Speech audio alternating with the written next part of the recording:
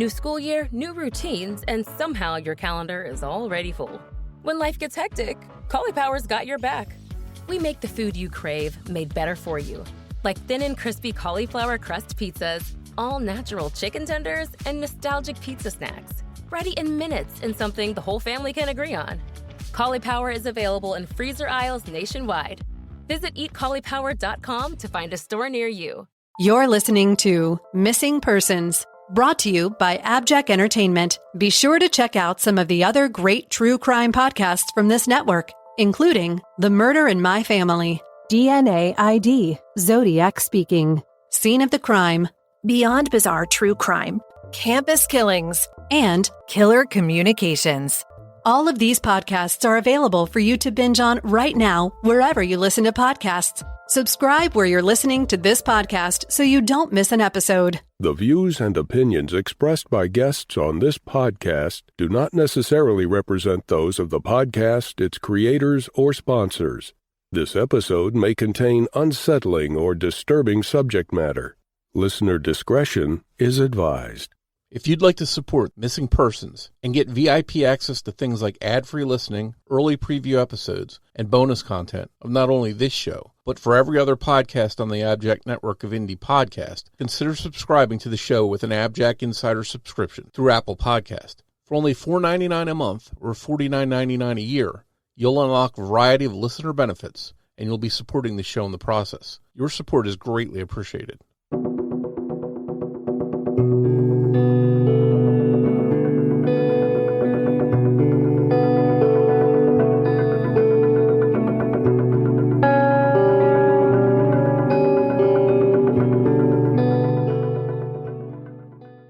Welcome to Missing Persons, a podcast dedicated to spreading the word about people who have vanished under mysterious or unexplained circumstances and the family members who are looking for answers. I'm Jess Betancourt.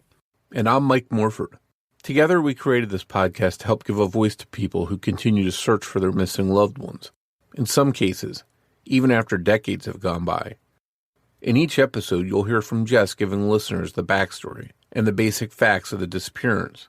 Then Mike will speak with someone who's intimately connected to the missing person, and his guest will share their story with us. So sit back and enjoy this episode, and who knows, maybe you can help us find someone who's missing. Sara Gail Ebersole has been missing since March 3rd, 2023. Sara was born Sara Gail Van on September 18th, 1996 in Michigan. She was the youngest of 7 children born to her mother, Marcia. But Sara was relocated to Florida at the age of 3, where she was raised in Sarasota by her mom's brother and his wife. Then, at age 14, custody of Sara was granted to her older sister, Michele, and Sara moved in with her in Dunalon, attending Dunalon High School. In 2014, at age 18, she married Thomas Ebersole, but that marriage didn't last. Sara entered into a relationship with another man named Joseph Mayton, and the two had a daughter together, but ended up in a custody dispute and legal battles over parental rights that have lasted for years.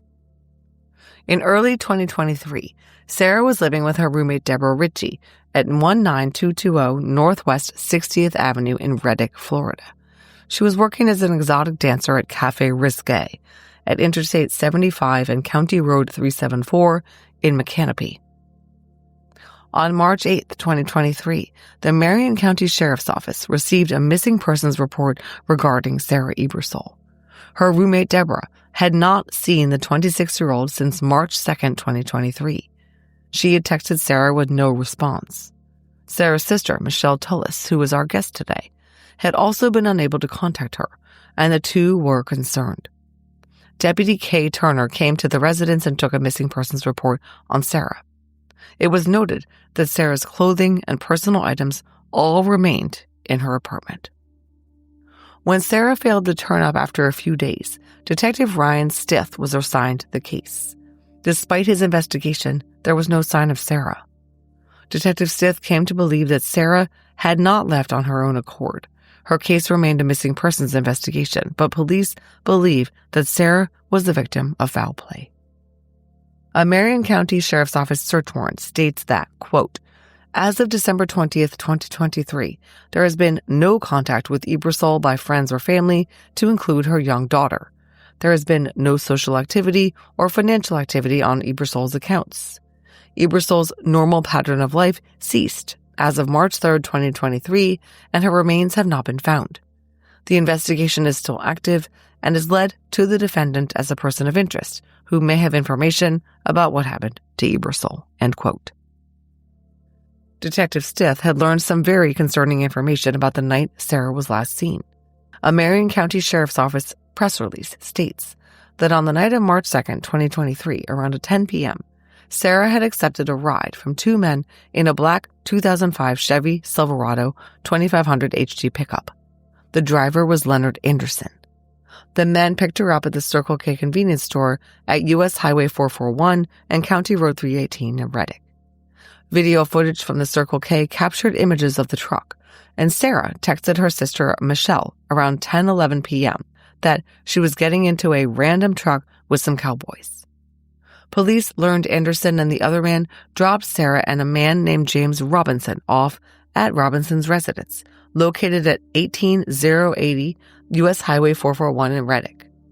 Robinson occupied half of the residence. The other portion was occupied by tenants James Schaller and Tisha McDermott. That night, Sara spent time hanging out with the trio.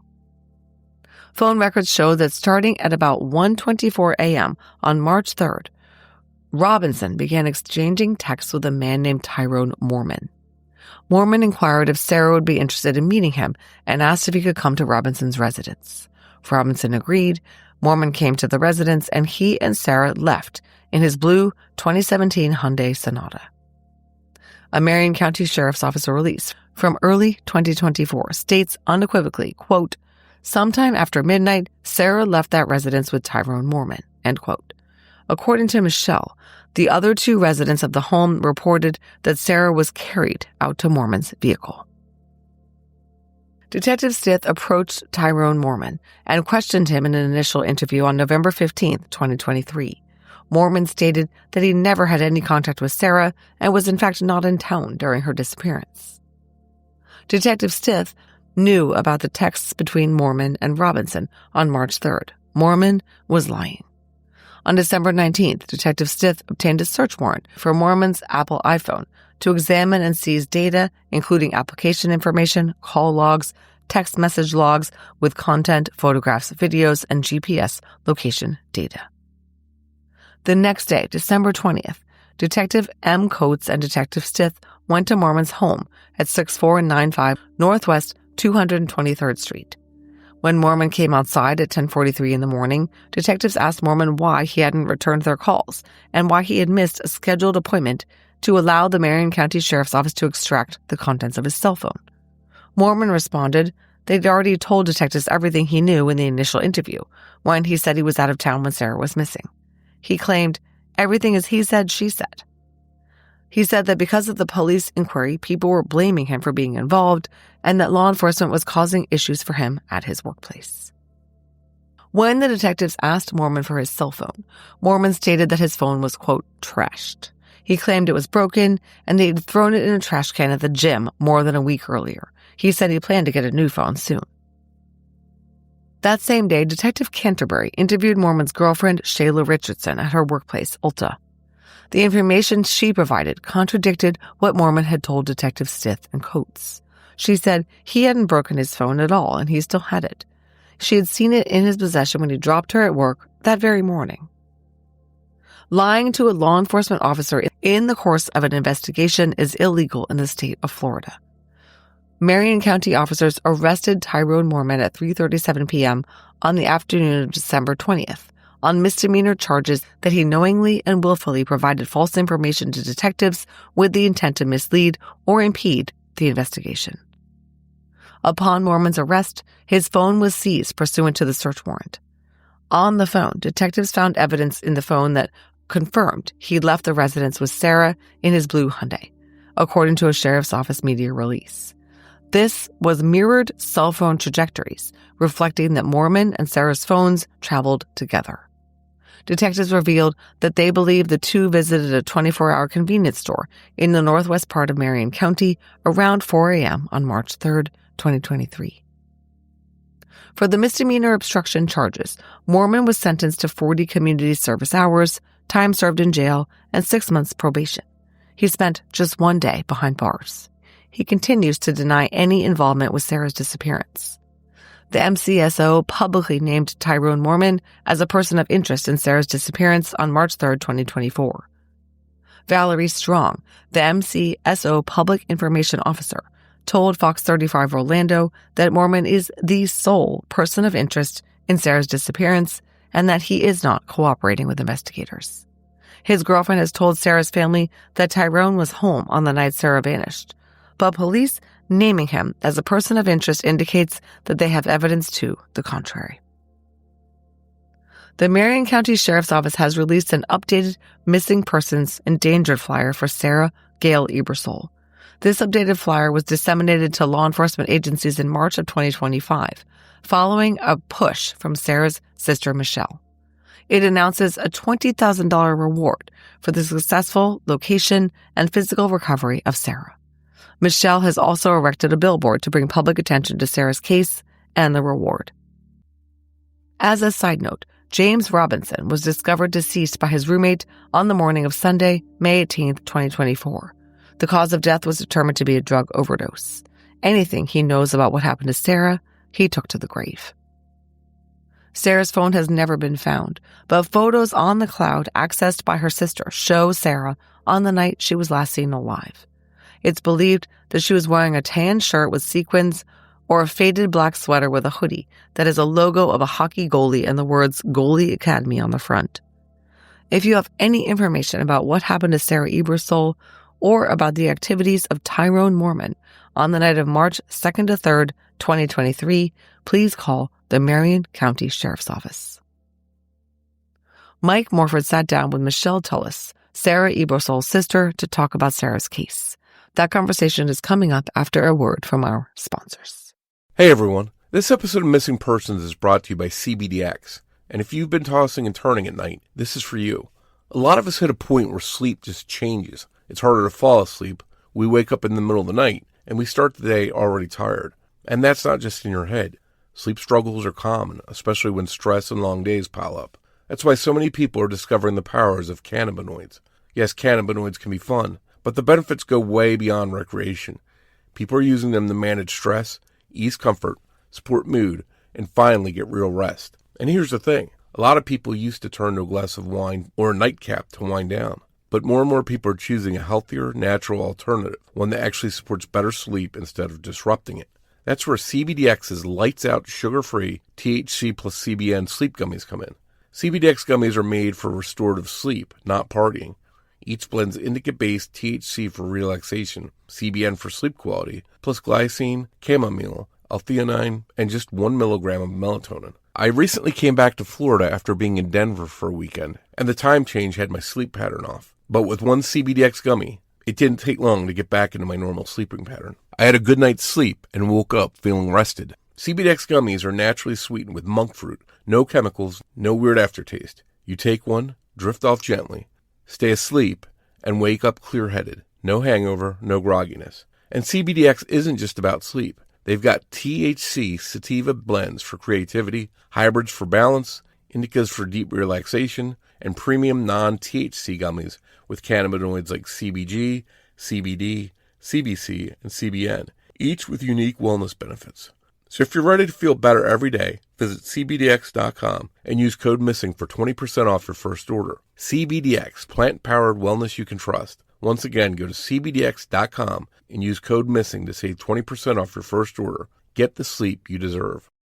This is Rob Gronkowski and Julian Edelman. We invited some familiar friends to hang out with us at the Boston Nut House, thanks to Dunkin'. Here is a sneak peek at some of the fun. Vince Wilfork. You'll find him like, look, guys, just stop screwing around. We are joined by Matthew Light, ladies and gentlemen. And Vrabes, and you're going to love him. Will Campbell. Not into eating hot dogs. Having Ernie Adams come and teach you defense. Being able to play the wide three technique tackle. Full episodes of Dudes on Dudes and Games with Names presented by Dunkin'. Tune into iHeart Podcast or wherever you listen to your podcast. Thanks to Dunkin' for a great time.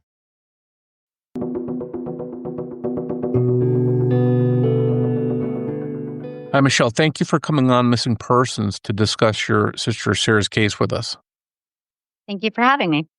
We're going to get into Sarah's case and discuss a number of things, including a potential person of interest in her disappearance. But before we do, can you tell us a little bit about your sister and what she's like? Yeah, Sarah's just a very vibrant, free spirit, kind of would get to know anyone, hang out with anyone kind of individual, more than a social butterfly, one would say. Pretty outgoing and a lot of friends, that kind of stuff? Yeah. Yeah, Sarah liked to travel, kind of explore. She obviously was a mother. Okay. And did motherhood take up a lot of her time? Was that something she was heavily invested in as kids? That my sister, was a young, loving mother. She had a little girl that was turning 4 years old, going on 5, and she had not seen her daughter in approximately 1 month prior to her disappearance. I couldn't find it in the research, but this was something I was curious about. I know in doing some of the background searching, it said that Sarah was raised in Sarasota by your uncle. Is that correct? Right. So Sarah lived with my biological mother in the state of Michigan, and she moved from Michigan by the time she was age 3 to my maternal uncle and aunt's house, and grew up with them until she moved in with me at the age of 14 when I took custody. And then she kind of went in between Sarasota and Denellen, Florida from there to adulthood. No, my mother was alive when my sister went missing. She had just kind of been in and out of substance abuse, probably since I was a child on to when they became, into the world. And Marcia kind of could no longer raise her because of that. The gentleman that raised my sister was one of my other sister's father. He had cancer and died when they were around age 3 and 4 for the girls and a little bit older for the boys. Because Sarah grew up with Mary, Richard, and Christopher at that point in time. I'm much older, so I grew up with my brother Mark and Michael in Eureka, Florida. So I knew of them. I just never met them until my sister was 14. But my aunt, my mother actually died after Sarah went missing in a hit and run in Michigan. Oh, okay. And once Sarah got to the Sarasota, how did she do there? Was that it's beautiful, sunny, scorching hot Southwest Florida here? Not everybody is crazy about that, but how did your sister do when she was here? I didn't know my sister at that point. When she relocated from Michigan to Sarasota, I lost contact with her. I was in foster care myself in high school. She was only age 3. But Sarah obviously loved the beach and the sunshine, so I think she thrived in that realm. But as for like the family network she was living with, there was a lot of substance abuse going on within that home. So that's why Sarah had come to live with me at age 14. There was issues between her and the uncle, where a restraining order was granted to keep Sarah safe from him. Okay. Now, how easy was it to reconnect after not really being around her for all that time? So when we reconnected, I actually found Sarah on MySpace of all things. I kind of connected the boys, and then you could figure out this must be Sarah. Richard and Christopher, Mary are kind of on the same social media platform. Immediately, Sarah wanted nothing to do with me when I reached out. She was kind of safety in her little family bubble of people she knew, where my sister actually came to live with me about 2 weeks after that first interaction, meeting her in person. I was given a temporary custody by the aunts. And she just kind of abruptly was sent to my home without really knowing me. So I think at that point, it was kind of I don't know you, I don't want to be here. But eventually we had a really good bond. Oh, that's good to hear. Because I know a lot of times sisters can be very close. So if you can rebuild that relationship, that would probably be important to both of you. I think it was hard at that point because I really had to become a mother and not a sister. Because, I was almost late 20s, almost 30. She's 14. She's half my age. So I had to parent her when I was supposed to just be the fun-loving sister. Yeah. And you were relatively young when she came to live with you. So, yeah, that's understandable. What was going on in her life in early 2023 around the time she went missing? What kind of place was she in at that point? Sarah had lost her vehicle, no longer had use of her vehicle. She had tried to move closer to the club where she worked, and she was paying an astronomical amount to kind of live at a hotel there, trying to make it closer so she would spend less on Ubers. And then she found a roommate where, a little miles away, but Deborah, she ended up moving in with her because it was more affordable to live there. And then she was still able to keep her employment. She was seeking other employment. She had started an LLC. She was trying to show proof of income to kind of get out of the dancing industry that she was in at that point, to kind of show some stability. So she was sort of trying to evolve in her life and make things better for herself? Yeah, a lot of it was for her and her daughter. Some of that was being used against her, her line of self-employment being an exotic dancer. So she was trying to sway away from that so that couldn't be always pulled when something happened. Sure. So in March 2023, she's officially reported missing on March 3rd. I've also read a report that said March 8th. I was curious if you could clarify which one was correct. So Sara went on March 2nd, was the last interaction anyone had with her. March 3rd, we knew there was no more contact. And March 8th of 2023 was the first date that the Marion County Sheriff's Department would take the missing persons report as an official report from her roommate, Deborah Ritchie. Okay. Now, who first realized that she was missing? Was it her roommate? So it would be the roommate. The roommate had reached out to her by text and Sara wasn't responding. So then her roommate, Deborah, reached out to me saying, "Hey, have you heard from Sara?" And I told her my last interaction was where Sara was messaging me on the 2nd at 10:11 p.m. that she was getting into a random truck with some cowboys. And was that something she did normally? Were you immediately concerned, or what were you thinking at the time? I wasn't immediately concerned at that point, but then I reached out to Sara and she wasn't answering the phone. So, after hours and reaching out again and she's still not responding, it's not a situation of she's just charging her phone. Then I knew something was wrong. When she wrote me the first message, she was getting in the random truck. She wrote random large, and I didn't see concern there. That's just her telling me she's never met these individuals before. But she said, "I hope they take me on a ride." So Sara, I would say she's pretty spontaneous. I wouldn't say meeting somebody new and thinking maybe she was going to go four-wheeling or something would be something she wouldn't do. So nothing set off immediate alarms with the initial correspondence with her. Right. Not until I couldn't get a hold of her by text. And then I knew something was wrong because that was unlike Sara. Sara might go a few hours if her phone's dead, or maybe she broke it and needed to get a new phone. But she was pretty quick in getting a new device, even if she had damaged the device. So then I knew something was wrong. Okay.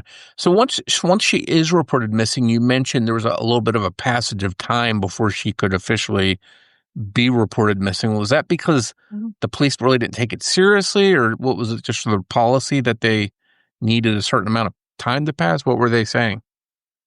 I wouldn't really say it was a policy why they wouldn't take the initial missing persons report. A lot of it was who took jurisdiction. My sister worked in Micanopy, Florida, which falls under Alachua County, but she didn't go missing from Alachua County. We presume she made it home based on texting me and the roommate by the time she would have arrived home.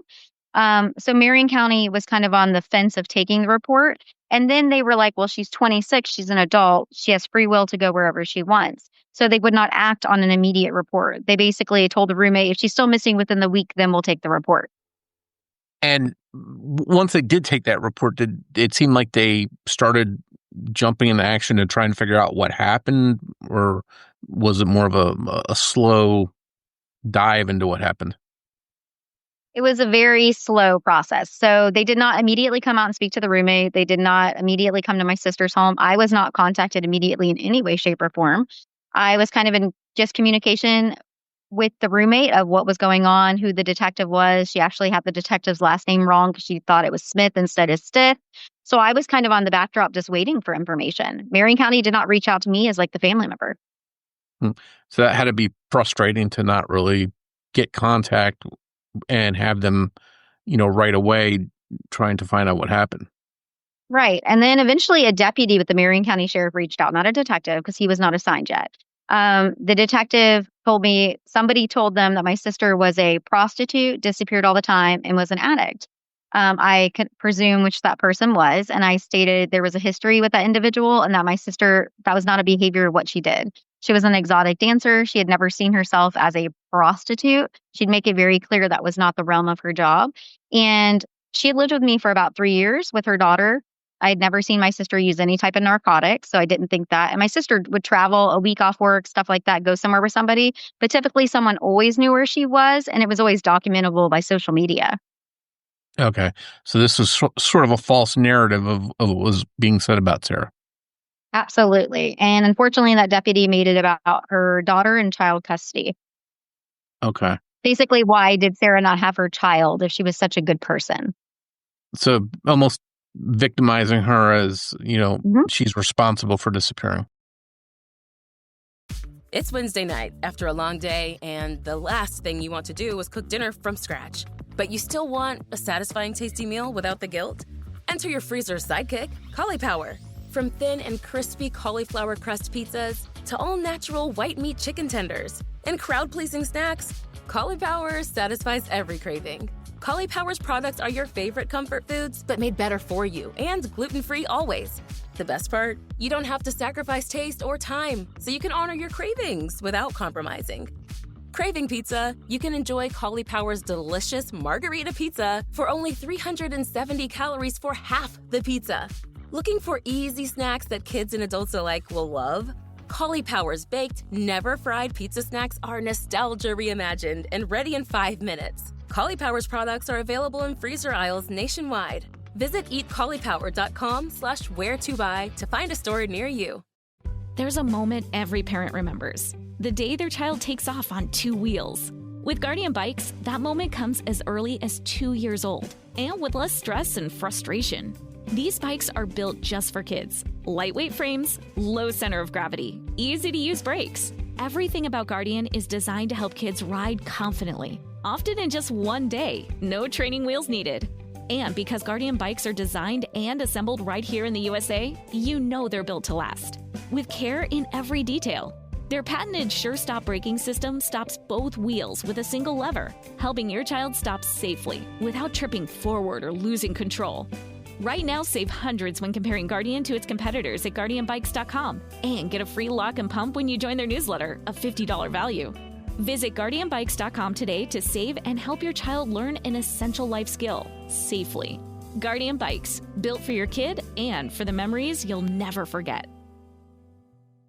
This is Rob Gronkowski. And Julian Edelman. We invited some familiar friends to hang out with us at the Boston Nut House, thanks to Duncan. Here is a sneak peek at some of the fun. Vince Wilfork. Bill finally like, look, guys, just stop screwing around. We are joined by Matthew Light, ladies and gentlemen. Vrabes, and you're going to love him. Will Campbell. Not into eating hot dogs. Having Ernie Adams come and teach you defense. Being able to play the wide 3 technique tackle. Full episodes of Dudes on Dudes and Games with Names presented by Duncan. Tune into iHeart Podcast or wherever you listen to your podcast. Thanks to Duncan for a great time. So the last night Sarah was seen is the 2nd, March 2nd, and it's been reported that she was splitting time with different residents of 2 parts of a duplex, if I'm not mistaken. I'm curious how that night went, what those people claimed happened that night between, both people living in both sections of that house. What did they have to say? So when I found out where my sister had been taken and who she was hanging out with, James Schaller, who goes by Jimmy, actually reached out with his girlfriend, Tisha McDermott, by phone. They gave me photos from James Schaller's cellular device. I made it clear that my sister was pretty active in taking photos. There's just no way this beautiful young girl shows up and no one took a photo of her. Because we obviously didn't have my sister's phone or know where my sister was. They basically stated that my sister seemed to be carried out by the other resident, James Robertson, that a vehicle showed up. They gave a rough description of someone around the age of late 20s to early 30s, possible Mexican descent with long hair, in a darker vehicle. They thought it was a Hyundai or a Honda at that point in time. And then we just kind of sat in limbo at that point. I was waiting on the detective to reach out to me. And then I gave that information over to the detective when I first met him at my sister's residence in late April. So you had to relay this information to the police. This information wasn't relayed to the police by those people. So James Schaller actually stated that as soon as he realized my sister was a missing adult, because my sister's roommate had made handmade flyers and hung at the gas station where she had went missing from, he called her initially thinking she was me, and then she relayed, no, I'm not the sister, but I'll give you her phone number. He stated that he contacted Marion County Sheriff. They did not dispatch a officer to that residence where she was at last seen and didn't kind of take it seriously. And he seemed legitimately angry. So he had information to give, but they weren't really taking it. So it sounds like he was a little bit frustrated by it. Yeah, he just kind of explained to me that his house is set up kind of like a duplex. He said there's different porches. We have a laundry room wall, which separates where we live. So it's like a house, but we don't have like sides that we just cross over. You have to go to the other person's side of the house. James Roberts and Bubba lived on one side. They lived on the other. There's obviously photos hanging out outside, hanging out inside. They state that my sister went over to kind of take a nap while she waited on this ride on James Robertson's side of the house. And by the time they saw her kind of going out, the vehicle wasn't there very long, and then she was just kind of gone. They said the vehicle came back. They went in for something small and black and then left again. Okay. So that introduces us to this man named Tyrone Mormon. So how did he come into the picture that night? Do we know that? So we now know that Marion County Sheriff has released as of, March 3rd of 2025, they've given the public information that they have text messages between Tyrone Mormon and James Robertson Bubba, where at 1:24 a.m., Bubba is texting Tyrone Mormon, and Tyrone Mormon is showing interest in Sarah. And at some point he shows up, but we don't know the arrival time because that's not been given to me or the public. And is this somebody that your sister knew when he came there, or was he a stranger coming to meet her? No, I think everyone there was a stranger, including Tyrone Mormon. Sarah had never met any of these individuals before. Tyrone Mormon lived about 5 miles away in Micanopy. These people lived about 2 miles from my sister's house, and they only lived 2 blocks, 2 houses down from the gas station. You could see the gas station from this house. Okay. So it takes a while, if I'm not mistaken. The police didn't talk to this guy for a long time. When did they finally speak to him, and what did he have to say? So I don't know when his first interview it was, but it would have to be approximately around December of 2023 because they asked him for his cellular device, is what the reports show. And Tyrone stated it's a he said, she said situation. And he claimed that he had damaged his phone and gotten rid of it, like trashed it completely. They later on December 20th of 23 came with a warrant asking for his phone, went to his fiance's work, then went to his house, kind of tracking him down. And eventually he showed up at a gas station, set up a meeting to bring them the phone. And they then arrested him because they already had obtained the warrant. And what was he arrested for? He was arrested for lying to law enforcement. And it was strictly based on the cellular device because he said he had trashed and gotten rid of it. And he still actively had it in his possession. Okay. So he's basically interfering with their investigation at that point. Mm-hmm. Yeah, he was refusing to give them the data and device, and then they had to kind of take possession. And I know there was some video surveillance of a gas station where they were captured. He was captured with Sarah. Have you seen that video? So the video, I have not seen the video, just a still frame Marion County put out on March 31st of 2023. It just depicted a black pickup truck in front of a gas station. They put that out as a missing persons flyer for her. But I located that truck belonging to Leonard Anderson by April 10th of 2023 in his yard on the same road that my sister lived on. So it was a 2005 Chevy Silverado that was black. And did you give that information to police? And how did that help them, or did it help their investigation? So I reached out to the detective and let him know someone gave me a partial tag, and I was able to drive around, and I finally located the vehicle, even though the tag number was not correct, on 60th Avenue, where the same road Sarah lived at on Reed Estates was the subdivision for a mobile home park. They stated they also located Leonard Anderson. They gave me his name. He goes by Lee or Lynn. And they stated he let them search his truck and gave them their identification, but that's all they gave me at that point in time, that they knew she had traveled in that vehicle.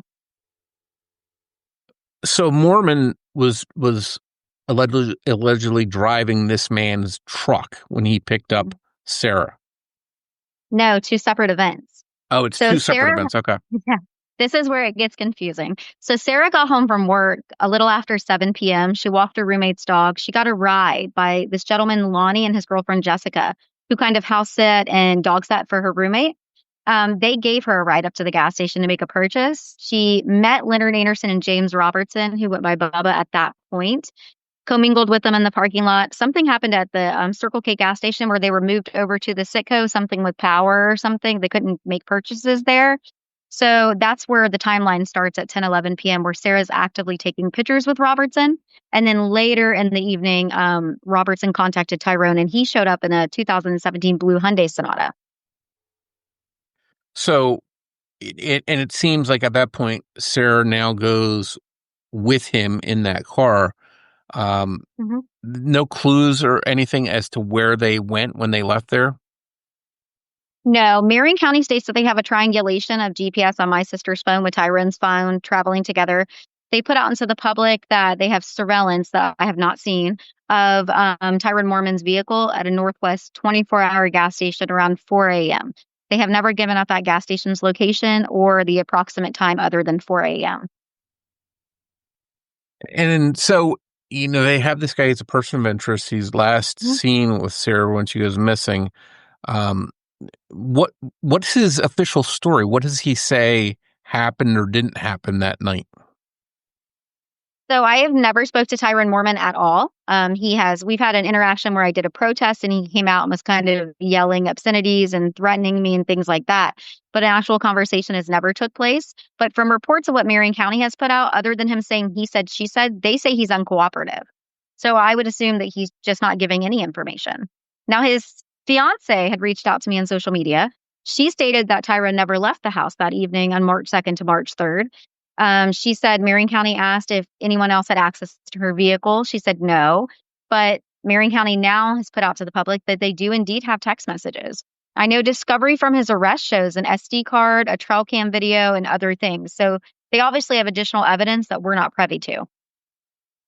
So there might be something that the police have that might be maybe damning or make a case against him.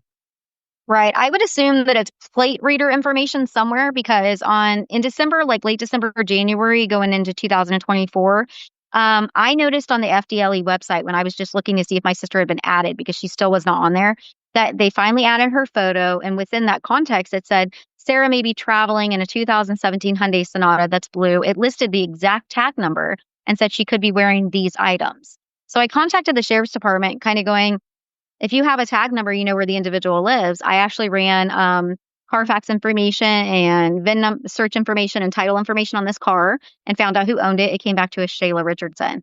And Marion County didn't really have an answer for me, but they did take the tag number off the FDLE's website. I reached out to Shayla Richardson on Facebook, and as soon as I clicked message, I realized she had been messaging me since October of 23, acting like she was a concerned person in the public wanting to help with searches and things. So, and do you think that was more a sense to get a feel of what you knew, or what do you think that was about? I think it was absolutely to get a feel of what I knew because I had a search done at the last property she was at. Shayla Richardson was reaching out, giving me information like, oh, cops are still there. This is going on. I feel so sorry for you. When I found out about the tag number, her demeanor changed. It was more, oh, I'm anxiety ridden. I don't know why my tag's on the website, but she wasn't seeming concerned where she was reaching out to the sheriff going, hey, why is my tag on this website with this missing girl? She wasn't expressing concern at all. So later I learned she messages me just kind of saying then the Marion County, she had an attorney and they told her not to say anything because it was part of an investigation. And that's when we learned Tyron Mormon had been arrested. Because even though he was arrested December 20th, they didn't announce him until March 3rd of 2024 to the public or me. Okay. Did he have any kind of previous record? Not really. Just like a marijuana charge and some other little piddly charge. Not much. But he's got some more serious charges now, if I'm not mistaken. Just the lying to law enforcement. That's the only charge. He was only given probation, though. It's Wednesday night after a long day, and the last thing you want to do is cook dinner from scratch. But you still want a satisfying, tasty meal without the guilt? Enter your freezer's sidekick, Cauliflower. From thin and crispy cauliflower crust pizzas to all-natural white meat chicken tenders and crowd-pleasing snacks, Cauliflower satisfies every craving. Cauliflower's products are your favorite comfort foods, but made better for you and gluten-free always. The best part? You don't have to sacrifice taste or time, so you can honor your cravings without compromising. Craving pizza? You can enjoy Cauliflower's delicious margarita pizza for only 370 calories for half the pizza. Looking for easy snacks that kids and adults alike will love? Cauliflower's baked, never-fried pizza snacks are nostalgia reimagined and ready in 5 minutes. Cauliflower's products are available in freezer aisles nationwide. Visit eatcauliflower.com/where-to-buy to find a store near you. There's a moment every parent remembers. The day their child takes off on 2 wheels. With Guardian Bikes, that moment comes as early as 2 years old and with less stress and frustration. These bikes are built just for kids. Lightweight frames, low center of gravity, easy to use brakes. Everything about Guardian is designed to help kids ride confidently, often in just one day, no training wheels needed. And because Guardian bikes are designed and assembled right here in the USA, you know they're built to last. With care in every detail. Their patented Sure Stop braking system stops both wheels with a single lever, helping your child stop safely without tripping forward or losing control. Right now, save hundreds when comparing Guardian to its competitors at GuardianBikes.com and get a free lock and pump when you join their newsletter, a $50 value. Visit GuardianBikes.com today to save and help your child learn an essential life skill safely. Guardian Bikes, built for your kid and for the memories you'll never forget. This is Rob Gronkowski and Julian Edelman. We invited some familiar friends to hang out with us at the Boston Nut House, thanks to Duncan. Here is a sneak peek at some of the fun. Vince Wilfork. Bill finally like, look, guys, just stop screwing around. We are joined by Matthew Light, ladies and gentlemen. And Vrabes, and you're going to love him. Will Campbell. Not into eating hot dogs. Having Ernie Adams come and teach you defense. Being able to play the wide three technique tap. Full episodes of Dudes on Dudes and Games with Names presented by Duncan. Tune into iHeart Podcast or wherever you listen to your podcast. Thanks to Duncan for a great time.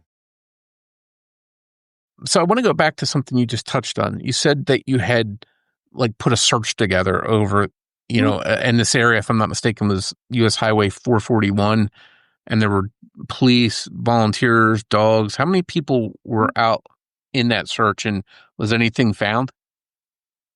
So I called in Marion County Search and Rescue. Marion County Sheriff was not, searching this last property she was seen at, and they weren't showing any concern to. They didn't obtain any warrants or property owner permission. So I found out the property had been sold 2 times. I got a hold of both property owners. I got verbal and written permission. Marion County Search and Rescue is not affiliated with the Sheriff's Department, but they would use their same cadaver dogs if they were initiated. They came out and did the search, and they searched my sister's home property first to make sure nothing was there and it was cleared. And when they got to the Reddick property, in the back of the property, it's about 2 parcels. One's 5 acres, one's a little over 1.5 acres. 3 different sets of dogs with handlers detected something on one parcel of that property. They marked it off with spray paint and contacted Marion County Sheriff. The homeowner had to then arrive to own this commercial property, and he signed rights for Marion County to enter. And then they started kind of fiddling through, digging up with heavy machinery and sifting through the askew of garbage all through the property. But Marion County Sheriff states nothing suspicious, no body, and nothing was located on that property to me. Have there been any kind of sightings or, any kind of gossip or rumors that you've heard of what might have happened? So we had people reach out and say, oh, I overheard that your sister was unalived and her neck was broke and she was buried under this trailer. That area was also searched with cadaver dogs. Nothing came from that. We've had people report sightings of large amounts of hair with a ponytail holder in an area. It was sent over to Marion County Sheriff. I'm not sure if they investigated on that one. We've had people actually say that they unalived my sister themselves and it not be true and verifiable. We had someone state her and her daughter saw my sister in a trafficking situation in the Ocala National Forest. And she kind of gave timelines and locations and everything. I verified with the store where the footage would have been.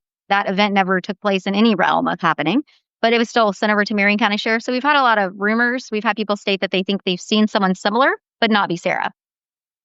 And it's got to be frustrating to have all those little nuggets of information and there might not be any truth to any of them. And it's sort of like going down on a wild goose chase. And it is. And then it becomes kind of a goose chase for the Sheriff's Department, too, if they do have to investigate that. Even if we know that it's probably just a rabbit hole, made up story, you still have to kind of prove that it's wrong, especially when someone states themselves, I've done this. And then that particular situation became a couple that was fighting over child custody that happened to know my sister from school.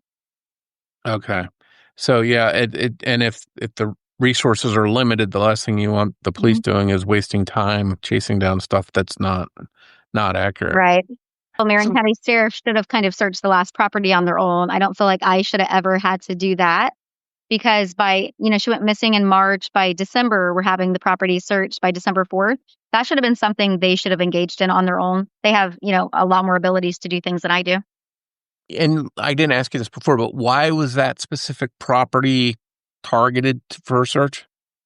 That was the last property she was at. That was 18080 North U.S. Highway 431. That's where she hung out with the 3 individuals at the house party. Okay. And did they search like the grounds around there or the house itself or both? So Marion County Search and Rescue, I know, searched the grounds of, over 6 acres of parcels with the 3 sets of dogs. And Marion County Sheriff documented in some discoveries, some droplets they thought were human blood ended up not being inside the Reddick home. So they must have entered. Okay.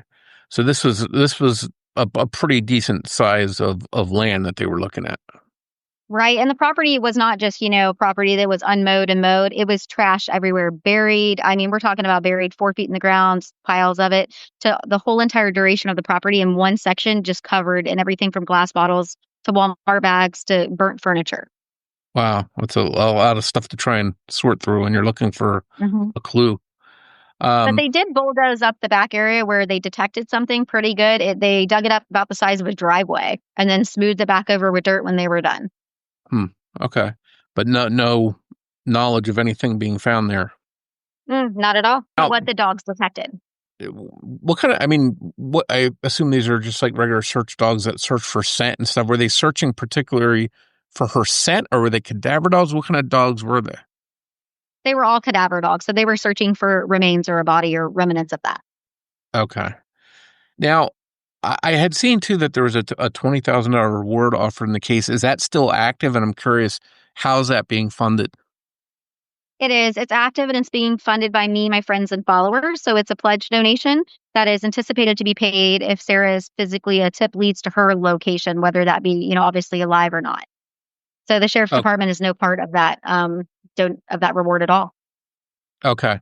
So, and you're basically offering this up yourself, what you're able to put together and just really advocating for your sister's case.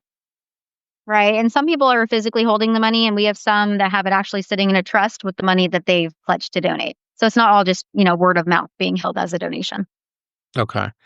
So, and these are the random questions I want to ask you. They're sort of out of order. And just things that I thought about and I wanted to run by you. So regarding your sister's phone, I know you said that they had some kind of triangulation or some idea where she was.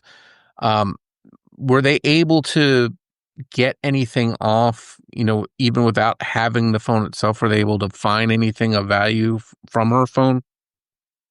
So Marion County Sheriff won't confirm anything that they have from her phone other than triangulation within the Reddick area. But I actually got onto my sister's accounts through iCloud, Instagram, Facebook, some of her old Snapchats and things like that, even her OnlyFans account. And I was then able to turn over a timeline with all the photos and videos that she took that evening. Okay. And I want to go back to Mormon too. Now, he had somebody that vouched for him. You said that was his wife, was it? It's his fiance, girlfriend. Yeah. Okay. And they live together. They do. They co-own a house together and they have 3 children. Okay. And she basically said at one point that he was home all night and didn't go out. She tried to say that they had company over that spent the night. Okay.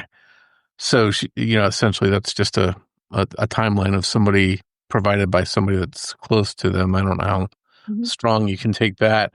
And I wanted to check on one thing I meant to ask you about, and it was crime timelines on the crime timeline site. It's got a lot of information about her exes, Sara's exes. I'm curious, why is that relevant to the case? Do you think that it could have anything to do with her disappearance? I mean, I have expressed in the past, obviously, I believe there's something there, but now he's obtained a cyber-stalking restraining order against me that prevents me from talking about any of the context of any of it now. It's Wednesday night after a long day, and the last thing you want to do is cook dinner from scratch. But you still want a satisfying, tasty meal without the guilt? Enter your freezer's sidekick, Cauliflower. From thin and crispy cauliflower crust pizzas to all-natural white meat chicken tenders and crowd-pleasing snacks, Cauliflower satisfies every craving.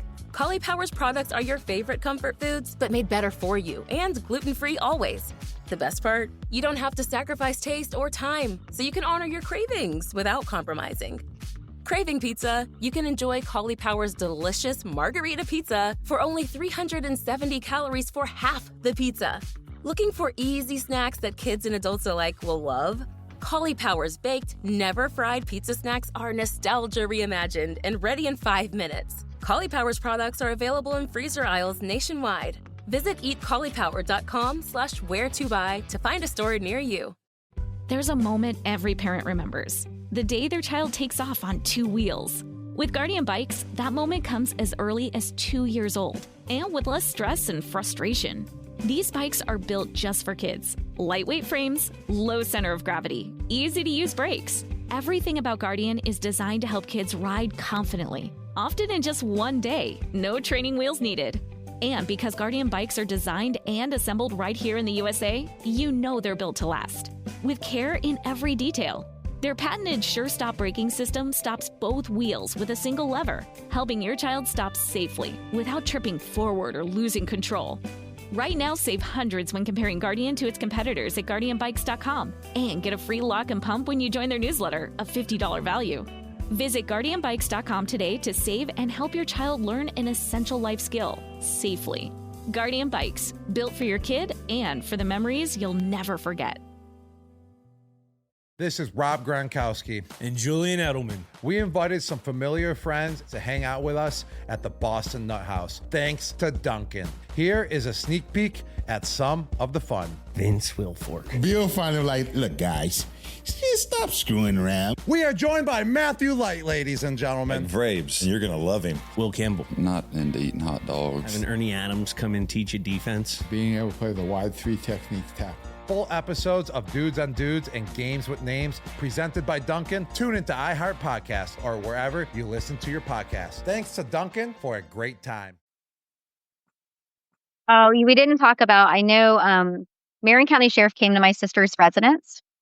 So Marion County Sheriff came to my sister's residence in late April as the first time they physically came to her home. I believe it was around the 18th of April. And they did a walkthrough through my sister's house. And obviously they were looking for DNA items. They had a plastic toothbrush that they took into evidence and then like a Smile Club retainer to use against DNA. But I explained that my sister typically only used bamboo charcoal toothbrushes. That might have been one she cleaned with or like cleaned the floor or makeup brushes with. But I immediately noticed her makeup brushes were missing. A binder I made of legal documents, stuff pertaining to her daughter was missing. A teddy bear with her daughter's name was missing. It was like DNA only items and things like that in that realm. Okay. So when you say those other things that you just mentioned were missing from her home, you mean? Yeah, they weren't there. Like her makeup was there, but the makeup brushes were missing. All her perfume, lotions, things like that were there. All her dance gear, dance shoes that she kept in a rolling suitcase were there. The only things missing pertain to DNA and just a binder that I made of stuff for my sister. What do you sense from that? So even though I can't really talk about it anymore, I've expressed concern that I believe there's a third party, involved because of those items missing. Okay. So we can say that without saying the person's name or whatever and be okay with it. I think so. I don't know. I know they're trying to get me to say something. Well, I think we're okay because if we're not saying anybody's name, then we are, I don't think there's anything wrong with it. My attorney said, just be careful because if they can presume it's talking about him, maybe they can charge you. Yeah. Okay. I mean, it's up to you if we leave that in or take that out. It's not an issue either way. But that is an interesting point because if that kind of stuff is missing, and it's related to her disappearance, does that sort of take Mormon off the hook? Because maybe he wouldn't take that stuff if he's involved. Right. And I don't think he would take that stuff. Her roommate remembered her cigarettes being on the front porch, her lighter being on the front porch, seemed like a newer pack she may have purchased at the gas station. We know that now, after December of me finding the photos and the timeline on her iCloud, that the shoes she was wearing, her roommate remembers them being inside of the home when she came back on the 5th. But there was no pictures taken by the sheriff's department to prove it. So there's a possibility that she may have arrived back home at some point.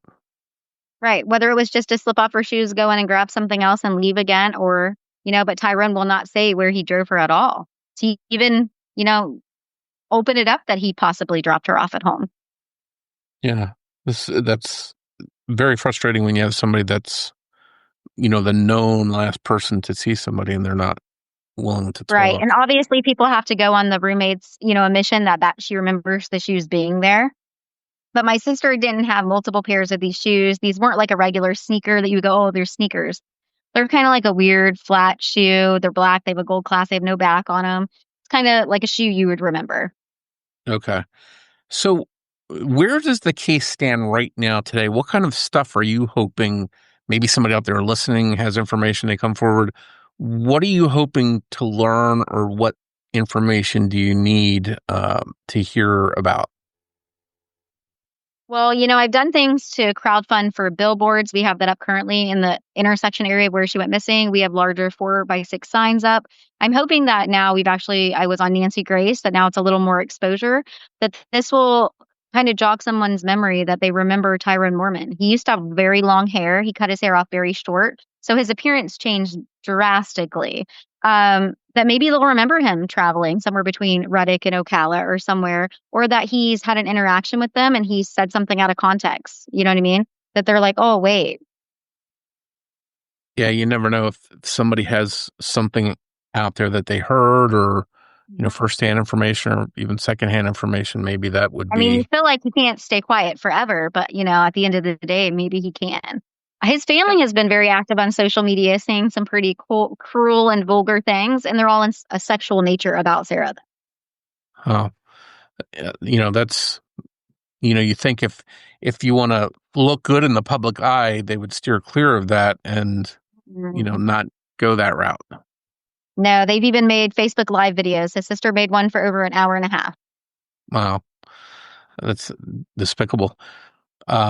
So let's talk about your efforts, because you've been really advocating for her case and doing a lot. What are all the things you're doing, and what kind of social media presence do you have that people listening here can come over and check out and learn more about what you're doing for Sara? So I just have my personal Facebook page, Michele Crystal Tullis, for my sister, because I believe it's just too hard to micromanage, people's questions and answers from additional pages, logging in and logging out. So we have about 34,000 followers now. They're helping with things like the crowdfunding of these billboards and keeping awareness. We've had small protests to spread awareness that Sara's missing. Over 2,000 flyers have been sent out. We do a toss shells for Sara because she liked to travel so much, to kind of keep her name alive and active. When people go travel, whether it's camping, hiking, fishing, swimming, they can throw them in the water, put this shell with hashtag Sara Ebersole somewhere in an odd place so somebody else will find it, and then they can put it somewhere else. So it's eco-friendly. It's something my sister would like. And then it brings awareness that she is this missing mom out of Reddick, Florida. That's very cool. That's something I hadn't heard about. Mm-hmm. And what's that Facebook page one more time? Michele Crystal Tullis. It's just my name. Just your name, and people can follow you on there and just get updates and everything. And that's where you've been able to get a lot of attention and raise funds on there. Right. We're actually going to have a GoFundMe going up soon. There was actually evidence left at the Reddick home, several things, but we have to start with the most pertinent piece of information, I feel like. A lot of things were flagged. Marion County was made aware that they were still left and they didn't collect them. I believe there's DNA evidence on these items. So we're working with a private lab and a different private investigation firm to try to fund $4,000 to have this item tested. It probably will never be able to be used for prosecution, but if there's some substantiary evidence where it's a partial match to my sister and myself, because I'm a half sibling, then maybe they can find unmarkers for other DNA samples on there, then maybe they'll be able to use it for more warrants. Okay. Now, are the police cooperative in this effort that you're doing of getting these funds? Because sometimes I know police jurisdictions, they say they don't have the funds, but then when somebody offers to raise the money, they're also against that. Well, unfortunately, with this item being a DNA-related item, they were aware of it, they were emailed about it, and they never collected it. It sat on the property for over 2 years. It kind of became part of the earth. So at this point, it's contaminated, most likely may not have been able to be used by them. But I felt that I couldn't let it sit any longer because this property is about to be developed commercially in some way. So once that's done, the evidence goes with it. Everything becomes trash. That's frustrating. But like the billboard and stuff, they've never stopped me from asking me not to put up the billboard. They actually approved for me to put up Tyrone Mormon's face on the billboard as the person of interest. But the billboard company has a little more liability with their underwriting department where they don't allow that. So the only thing up there is that Sarah's missing, where she's missing from, and that there's a $20,000 reward for her physical location. Well, I hope somebody comes forward because it's the right thing to do if they have information. But then again, sometimes people are motivated by money, so that's a nice reward and incentive for them to come forward. How hopeful are you at this point that you will find out what happened to her? I mean, I would like to be hopeful, but unfortunately, when we kind of go back through this timeline and I find out from like neighbors of my sister that camera footage surveillance was never asked for by the sheriff's department off their property. Tyrone Mormon's neighbor was never asked for footage from his property where, he would have to pass by. They would have had more of a timeline coming and going. I'm kind of like, how do you get back anything you've lost from the sheriff's department? All they have now is for Tyrone Mormon to break in some way and give them a lead. And I don't think he's going to do it. Yeah, because if he doesn't say anything. Right. I think there would have to be an additional charge. And, now we have rumors. Was she unconscious going out? Was she verbal and with it when she left with him? But at some point, it still comes down to she got in the vehicle willing or not, and she was driven away. But he will not say where. Yeah. And unless they, find a new witness or maybe some new surveillance footage or your sister's remains, you may not have any answers as to where she went after that. Right. And it's also more difficult because James Robertson, Bubba, who had texted with Mormon, actually died of an overdose a year and 2 months after Sarah went missing. About 4 or 5 months after he gave the statement that Tyrone came and, she was placed in his car. So that's somebody that might have had a little nugget of information that they can't talk to now. Well, yeah, and even if they have a video interview, they no longer have him to sit on stand to prosecute, to say, yes, this was my friend that I commingled with. He was coming to see me. He met Sarah. For whatever reason, he gave her a ride. He thought maybe he was just giving her a ride, but we'll never know the full story now that he's no longer with us in this world. The only thing we didn't talk about when I got into Sarah's data, like her all her digital devices without having access to the phone, it showed that somebody viewed her timeline on March 2nd, March 3rd, and they cleared everything, like for all time. And then they actually, whoever this individual is, went in and shut all her locations off. You cannot find the iPhone. You cannot locate the iPhone. Everything is shut down. But yet, clearly her location was on because her iCloud photos are live photos, and they show her exact location in the identification of that. And then I feel like the biggest thing that Marion County Sheriff will not verify whether they've gotten access to this account, Sarah had a Snapchat code, like a 6-digit code, go to her email, an email she had not used for a very long time. And it happened at 1:47 p.m. on March 3rd, 2023, the very day she went missing, but late in the afternoon. And it's like, how did that happen? Somebody was trying to access something and it happened to go to the wrong account. And I feel like they should be getting the IP address. I can see when a warrant is pulled for emails that I have access to. No warrant has been pulled for the email. Now, I can't verify if they pulled a warrant for the Snapchat, but I was never able to access that Snapchat account. And was a Snapchat account, it was an old account of hers, did you say? So it's kind of like a collaborative. My sister had a bunch of different emails, a bunch of different phone numbers throughout time, as well as accounts. This email is associated with a Snapchat she used from 2016, 17, 18, which I do have access to that Snapchat. But the code, I believe someone was trying to get on her last used Snapchat. So she had 2 that she used between 2022, like December, until the time she went missing. I got a hold of the second to last use, but the one she would have used when she went missing, it says all her account information is wrong. Emails, phone numbers, everything. It says none of it matches. So maybe somebody had an interest in getting in there for some nefarious purpose? Well, it makes me think that either she used it as like text messaging service because she would use Snapchat a lot to communicate with people, or that would show a location that maybe they forgot to shut off when they took the phone. Okay. Let's say you dump the phone, you dump a phone, you then realize, oh no, I forgot that one app. Because you have to think, Sarah would have had to give her password, typed it in herself, or the person would have had to be known to her. Same with, traveling and disconnecting her locations. How would a person have done that without getting into her phone? And I know a lot of people also speculated, how did Tyrone know where she lived, even if the shoes were there, if she was not conscious? Because Sarah still had a Sarasota address on her driver's license, So it did not show the address in Reddick where she lived off of 60th. So she would have had to told them, or they would have had to known, or they would have had to discuss it. So this also could have been maybe somebody trying to cover their tracks after the fact? Right. It feels like Tyrone most likely drove her somewhere. We don't know what happened, or if there's maybe something nefarious happened where maybe she was slipped something, maybe something of sexual nature happened, willing or not, and that individual, like Tyrone, doesn't want his fiance to know. Because you got to think, if you're the last person seen with somebody, even if, let's say, he had sex with her, maybe it was willful, maybe it wasn't. But if he did that and he just didn't want his fiance to know, that doesn't seem like enough of a reason to lie. It seems more likely that you don't want to be the last person placed with her while she was living and breathing. Yeah. And then they can't show proof that anyone else arrived or she was taken to them. Yeah. That's definitely an interesting take. And, sometimes people do lie in investigations, and it's not always because they're guilty. It's because, as you just said, sometimes they don't want their spouse to know that they were having an affair or something like that. And at this point, you feel like the cat's out of the bag. Shayla knows more. She was part of the warrant process, part of the phone. She was actually listed in discovery as the witness who said he still had his phone, that he did not get rid of it. So they kind of used her against him. And I think it's because she didn't want any charges placed against her for lying. But I don't really think Shayla knows what happened. I just think she knows something happened. His demeanor has been different since that day.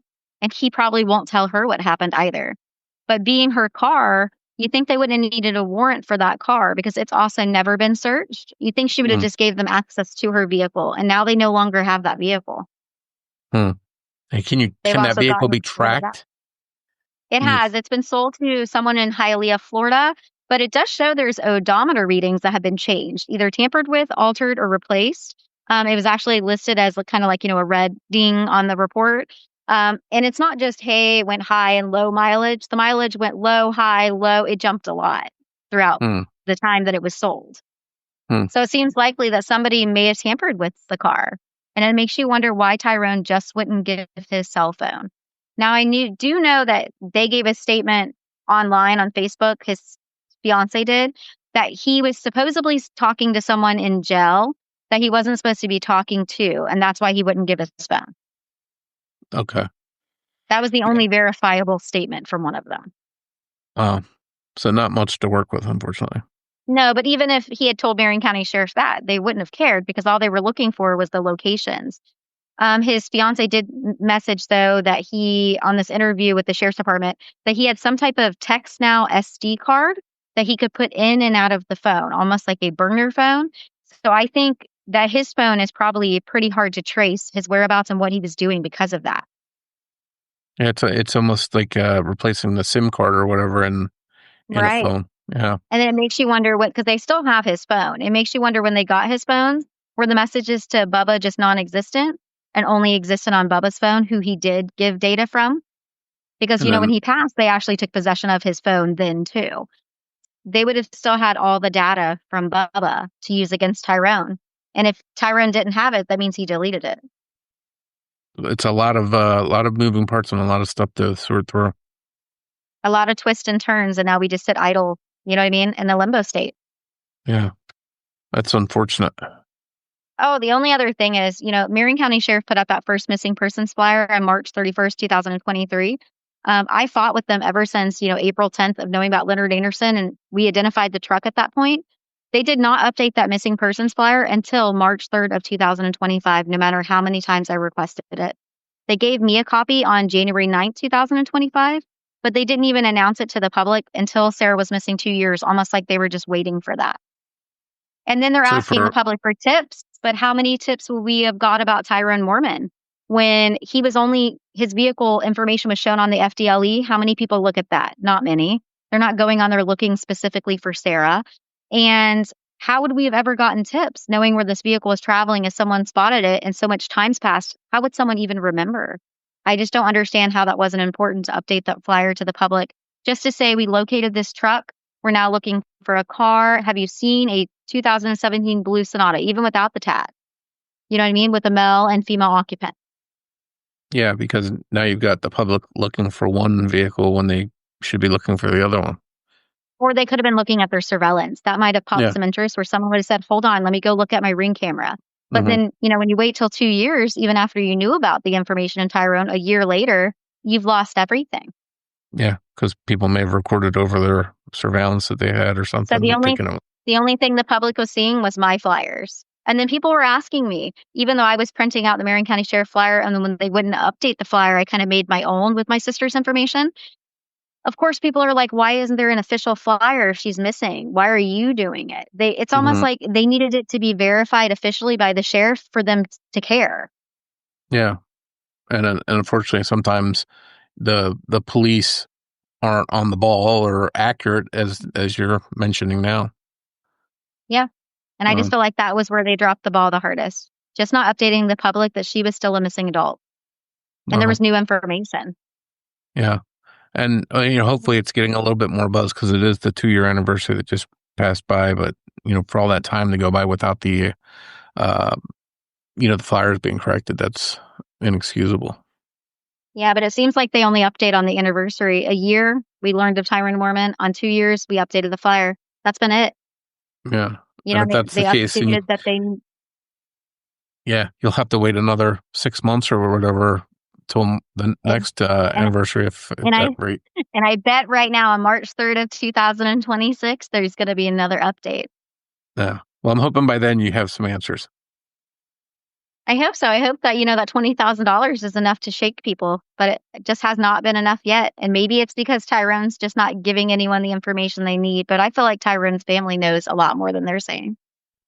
Well, I know it's an uphill battle, and you've been doing your best to raise awareness of it, and we'll certainly spread the word. And, hopefully anybody listening that wants to find out more about the case or learn more about what you're doing, they'll come out and check out your Facebook page, and hopefully you get more, publicity on places like Podcast and Nancy Grace and that kind of stuff. But I wish you luck. I hope you find out what happened, and I appreciate you coming on the show. Thank you.